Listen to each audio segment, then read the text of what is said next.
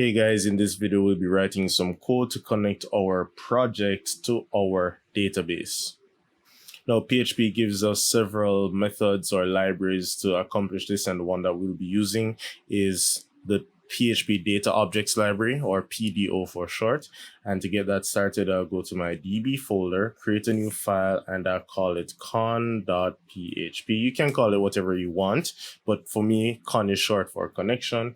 And then I'm going to open a PHP tag, which I will just close at the same time, just to make sure that I don't forget to close it. So that's PHP, and open and close.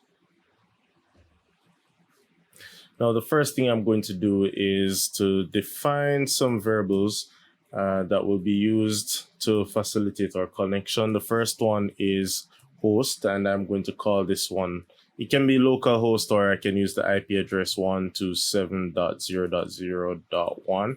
So that is a representation of the machine where the database is stored, which is your machine. So you can say either one.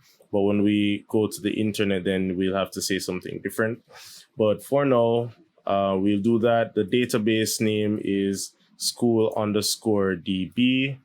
And then we can do another one, what that we call user. And then user will have a username. So the default user for PHP admin, well, for MySQL, once you install XAMPP, is root. And then we have password, which we give an empty string. And then the last one we call char set, which is basically just a classification of how we're storing our characters in our database, which we can just put to be UTF-8MB, as in bat, and 4.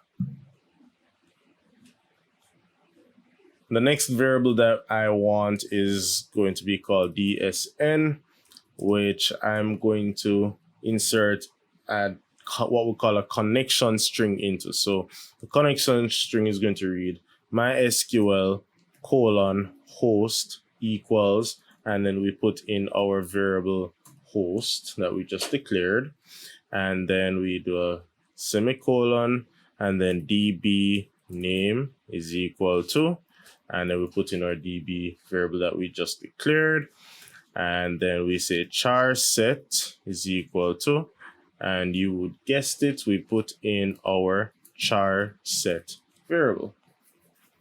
Now, having done all of that, and I'm going to use double quotation marks instead of single quotation marks, because the difference between the two is that when we use the single quotation marks, everything becomes a static string, including what we typed for the variables. When we use a double, we get to use what we call interpolation, which means that we inject whatever value the variable has into our static string. All right, so you notice the difference between that. When I had a single quotes, everything was orange, but once I put the double quotes, we can kind of see where our variables are in a more clear sense. All right. Now, having done all of that with the DSN, the next thing I'm going to do is put in a try catch. And a try catch is a block of code that helps us with what we call exception handling, where we try to do an action, but then we catch any error, or in the nomenclature, exception that we may have garnered from the action. So I'm going to try to connect, and then I'm going to say if the connection fails, then I want to do something, right? So in trying to connect, what we're going to do is have some variable or object, right? So this is kind of some object-oriented programming now, where we say an object called PDO must be initialized to a new instance of PDO, and PDO is a PHP library like we mentioned before.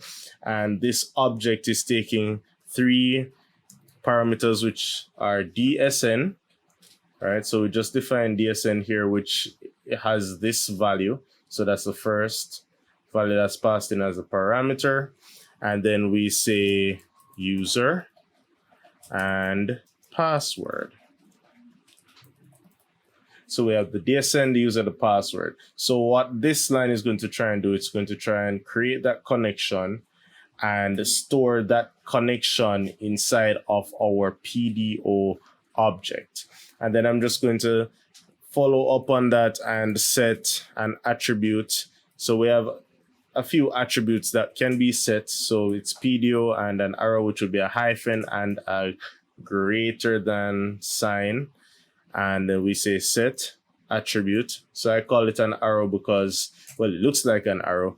And this is really used to access any function that might be a part of the object. So the object instantiates the PDO class, and then the class has different functions defined in there. Set attribute is one of them. So we say PDO set attribute, and then the attribute that I'm interested in setting on this occasion, it goes like all caps PDO and attr underscore, and you're seeing all of these listed. So all of these are potential attributes for that PDO class, but I want one for error mode, and I'll just do another here, PDO : error mode exception.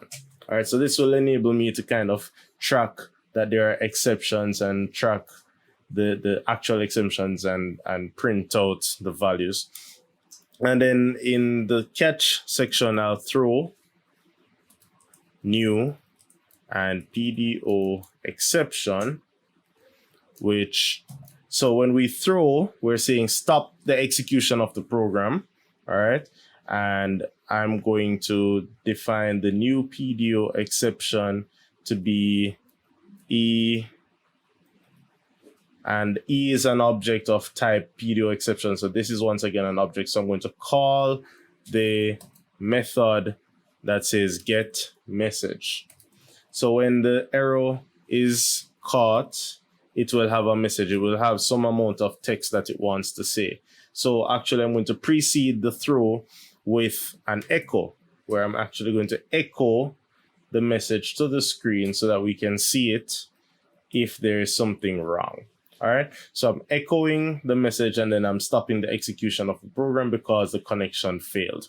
Now I put that inside of the DB, a con file inside of the DB folder, because then this is something that we probably want to do on different pages at different points. So instead of doing it every time we want to talk to the database, we have it set up one time. And then what I can do is just include it in the header so that once we navigate to a page, it's implied that the database connection is available. So I'm not going to put it in header, actually. I'm going to put it in index so we can see clearly. So I'm going to put it underneath the inclusion of the header, and I'm going to require underscore once.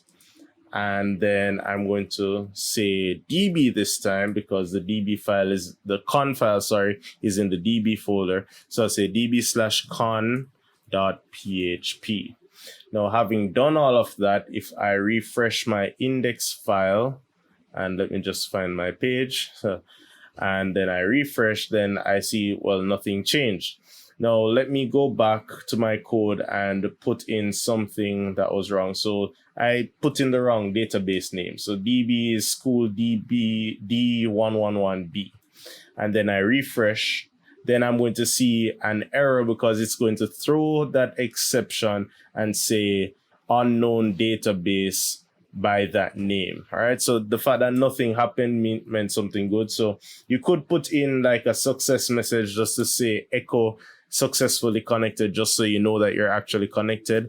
But if your code looks like mine and you refresh your page and nothing happened having included the con file, then that means your code is working.